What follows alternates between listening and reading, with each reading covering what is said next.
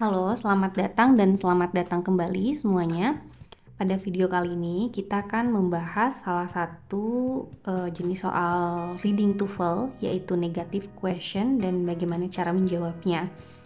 Oke, kita langsung aja. Apa itu negative question? Oke, teman-teman bisa lihat di situ ada sampel questionnya. Nah, biasanya contoh-contoh negative question itu di pertanyaannya itu ada kata negatif yang dibesarkan atau yang dikapitalkan. Contoh kata negatif itu seperti not atau except atau least. Nah, contohnya misalnya kalau di dalam pertanyaan teman-teman menemukan seperti ini. Which of the following is not true about apa gitu misalnya, atau which of the following is not mentioned in the passage about, atau misalkan all of the following are true except, atau misalnya the author would probably be least likely to use titik-titik. Nah, jadi teman-teman biasanya ada kata-kata negatif seperti itu di dalam di dalam soalnya. Nah, kemudian yang perlu diperhatikan adalah teman-teman nanti untuk menjawabnya itu bukan berarti teman-teman menjawab hal yang salah gitu, tapi lebih ke yang memang tidak benar atau tidak disebutkan atau tidak didiskusikan di dalam bacaan. Jadi kita patokannya itu bukan dari common sense, bukan dari informasi di luar sana yang kita ketahui, tapi dari informasi yang ada di bacaan. Jadi kita selalu merujuknya ke bacaan gitu. Jadi misalkan contohnya bumi, misalnya ada statement gitu ya, bumi itu adalah planet ketiga dari matahari. Kita taunya seperti itu, kita udah tahu itu gitu. Tapi karena itu misalnya tidak didiskusikan di dalam bacaan, kita nggak usah mikir ke situ gitu. Jadi fakta yang kita ketahui itu kalau tidak dimention di dalam bacaan berarti itu tidak relevan gitu. Jadi itu yang harus dijadikan patokan ya teman-teman. Hati-hati intinya ketika menjawab soal ini, kita harus make sure bahwa kita patokannya itu bacaan. Oke, nah sekarang kita langsung ke gimana sih cara jawab negative question. Nah, ketika ketemu pertanyaan seperti ini, yang teman-teman lakukan pertama kali adalah spot keywords in the question. Jadi kan kita udah tahu nih pertanyaannya, ada not yang gede atau except yang kapital atau least likely yang kapital. Teman-teman tinggal setelah itu kan di dalam pertanyaan itu nggak cuma itu kan, tapi biasanya ada kata kunci. Nah, nanti kita coba lihat di soal ya untuk keywords itu seperti apa contohnya. Nah, jadi nanti akan ada kata kuncinya di dalam pertanyaan. Nah, dari situ setelah kita tahu nih kata kunci dalam pertanyaannya itu apa, kita akan mencari keywords atau kata kunci tersebut itu di dalam bacaan. Jadi kita pakai patokan di pertanyaan, kata kunci di pertanyaan untuk mencari ada di mana hal tersebut dibahas. Nah, biasanya teman-teman catatan teman-teman kalau untuk soal-soal di reading itu teman-teman bisa ngecek juga soal sebelumnya. Misalkan soal sebelumnya itu ada soal vocab, itu kan suka ada line-nya ya, ada di baris keberapa misalnya kata ini gitu ya, itu ada line-nya atau ada barisnya.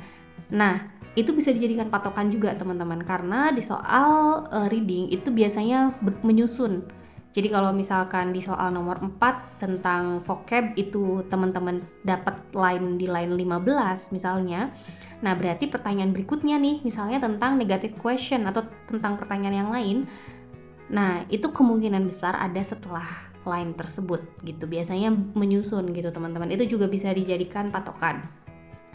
Jadi teman-teman scanning nih keywords yang tadi dari bacaan nih, kalau kita balik lagi nih ke negative question, ada pertanyaan negative question, ada kata kunci yang udah teman-teman pegang, di scanning. Pertama teman-teman scanning aja dari yang tadi, bekas tadi soal sebelumnya itu sampai mana. Nah, biasanya setelah itu di scanning aja, di situ ada keywords atau enggak yang menentukan yang ditanyakan. Nah, kemudian setelah ketemu nih kata kuncinya di dalam bacaan, belum tentu katanya sama persis ya, bisa jadi menggunakan sinonimnya, tapi intinya dia harus maknanya sama. Nah, teman-teman cek di kalimat tersebut. Nah, kalimat tersebut itu teman-teman baca sebaik-baiknya. Nah, biasanya kadang kalau untuk negative question bisa jadi lebih dari satu kalimat gitu yang membahas keywords tersebut. Jadi teman-teman bisa baca satu kalimat ataupun lebih gitu, tergantung nanti yang dibutuhkan itu berapa kalimat biasanya, tapi intinya suka di tempat yang sama gitu, deketan gitu teman-teman. Nah, setelah teman-teman ketemu keywords dan membaca 1-2 kalimat yang berisi keywords tersebut, nah sekarang teman-teman balik lagi ke pilihan jawaban, lalu kita eliminasi satu persatu jawabannya. Karena yang kita cari itu bukan yang benar menurut bacaan, justru yang tidak benar atau tidak disebutkan di dalam bacaan. Artinya, ketika di jawaban itu ada yang benar atau disebutkan menurut bacaan, itu malah kita eliminasi. Dan kita malah mencari yang salah gitu, atau mencari yang tidak dibahas gitu teman-teman. Nah, itu untuk cara menjawabnya. Nah, kita sekarang langsung masuk ke contoh soalnya. Oke. Nah, jadi nanti teman-teman untuk soal negative question ini ada yang simple banget, ada juga yang agak kompleks. Nah, kita lihat dulu ya, ada beberapa contoh. Contoh yang pertama ini ada bacaan. Oke, nah di situ pertanyaannya, according to the passage, a free diver may use any of the following except. Oke, menurut bacaan, a free diver itu bisa menggunakan semua yang ada di bawah ini kecuali. Oke, nah kita lihat apa yang bisa dipakai oleh free diver. Nah, free diver itu mulai dibahas ada di paragraf pertama. Nah, jadi mulai dibahas itu ada di line pokoknya itu ada di kalimat ketiga. Ada apa namanya?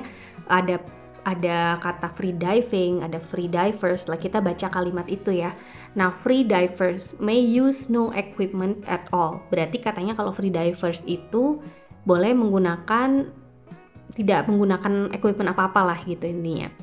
But most use a face mask, foot fins, and a snorkel. Nah, tapi kebanyakan itu mereka menggunakan face mask, kemudian foot fins, sama snorkel. Berarti 3 itu ya yang biasanya mereka gunakan.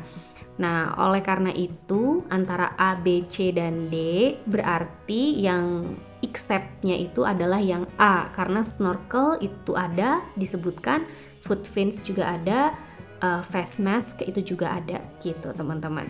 Jadi ini jawabannya yang A. Nah, ini contoh yang pertama ini contoh yang simple karena bentuknya itu kayak mention beberapa hal, kemudian satu itu nggak disebutin gitu dalam satu kalimat dan pendek-pendek.